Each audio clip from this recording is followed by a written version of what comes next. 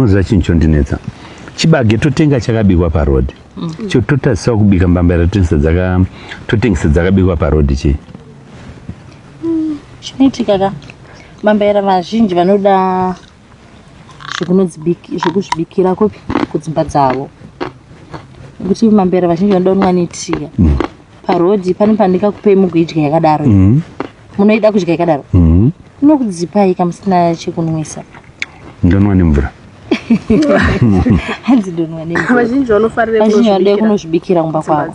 Makamboedza ere kuisa isina yakabikwa? Kazhinji sekuti ndatakura lunch yangu inini. Wotestesa munhu nzoti tiri kunaka zvakadii kwete kuti tengesa dzakabikwa tinambofira chidaro. Asi ndiri nini ndaimbozviedza. Ibusiness. Vanhu vanoda futi ichipisa. Ibusiness. Munotenga kakula box. Moboila munongoita tumashoma. Noti dzakabikwa. Dzi mbambaira. Vanhu vomboita sei woraidza. Motoona zvakutofamba. Wachisvika musi mangwana kuti dzakabikwa dziripo here? Ima muchabvundi dzipo muruziva kuti chii? Imbambaira. Moti dziripo makutowapa. I think chimboedzai because wamwe ushu anenge one ane nzara, 2 ari kuda mbambaira yacho. Shambuka zompa yabika matotanga wakamaketi kani. Kenyu munozoona vazhinji wakutedzera so achatedzera wasi mune matanga chi ndi mune matanga nalo. Saka imi pambambaira idzi anti muri kuoda soka. Saka munobhadhara mari kuoda. Uyezve kana mazotengesa iyi ndio chinonzi sandaki kaichi.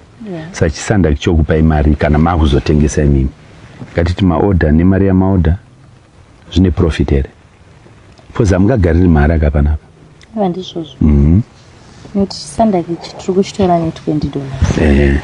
Tachitora ne$20 tiri kuwanawo $35.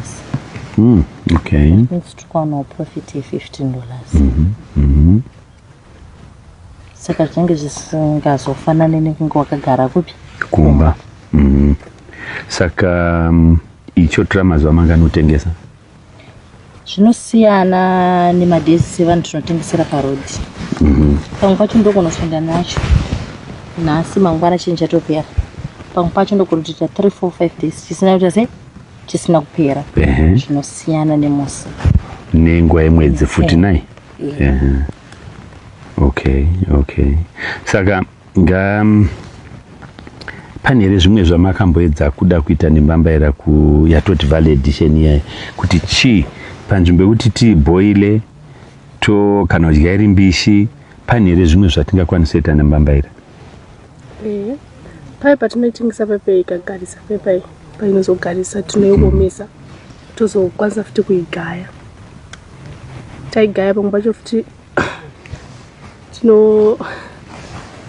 netiwasei futi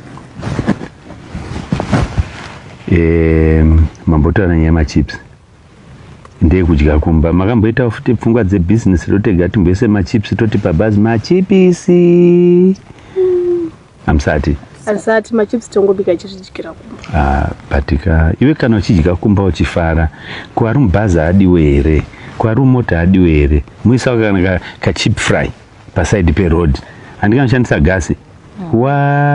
Hot chips, mbambaira hot chips. Mautoita kamari kenyu maudarika pa 35 pa yakuita sei yakuenda pamberi. Saka mati mukaomesa flour yacho flour yacho muishandisei? Tikonozoita instant porridge. Ore ungoti ndongoti nongoisa mvura watodya. Okay. Inobheka futi? Inobheka futi. Makeke, chingwa zvese. Kugara kutauni kurasikirwa muruzvona. Ukaibikirwa unototi mbambaira iyoyi. Unoramba? Unozviramba. Saka kune nzvimbo iri ndiyo ndivakirwa kumusha kwenyu ikoko. Ndipoti ndichidyawo zvamuri kutaura zvembambaira zvine utano izvi. Saka toramba tichiswa zvikapapi apa? Vadotoresa nemurima.